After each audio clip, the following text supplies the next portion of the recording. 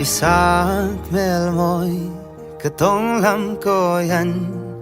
Tran bom tok leyang te a In vang kun se aki angin Aron tang aton Ting quan rừng ngâu dông valen In vang khoa shu tangin Dong ve te se hoi kom len roal dong ten Thang klo valen thang klak non nai Tuang te hian mo Gavan ring chin em I se len at lang le mual ten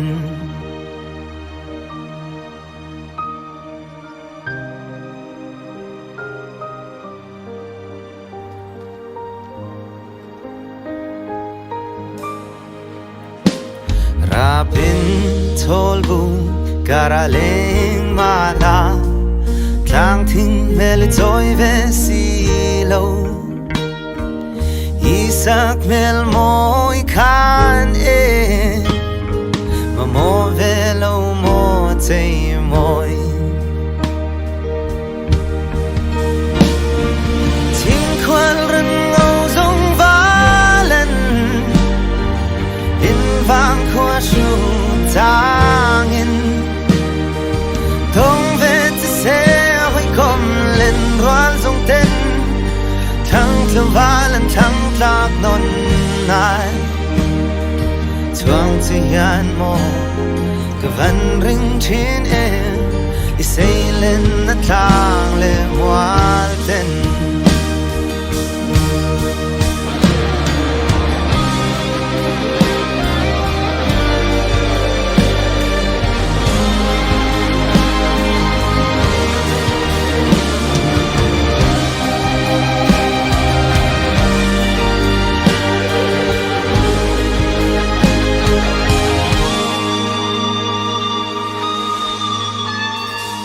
Dam ten leng la Tung khoan nu za ra In ton le om chuan in e Bian he man ka tau tal zong Min ton ve nge don ya Ting khoan rin ngâu zong valan In vang khoa shu tangin Dong ve te se hoi kom len roal dong ten Thang klo valen thang klo nge yang Tuang te hian mo Gavan ring chin em I se len na tlang le mual ten Tuang te hian mo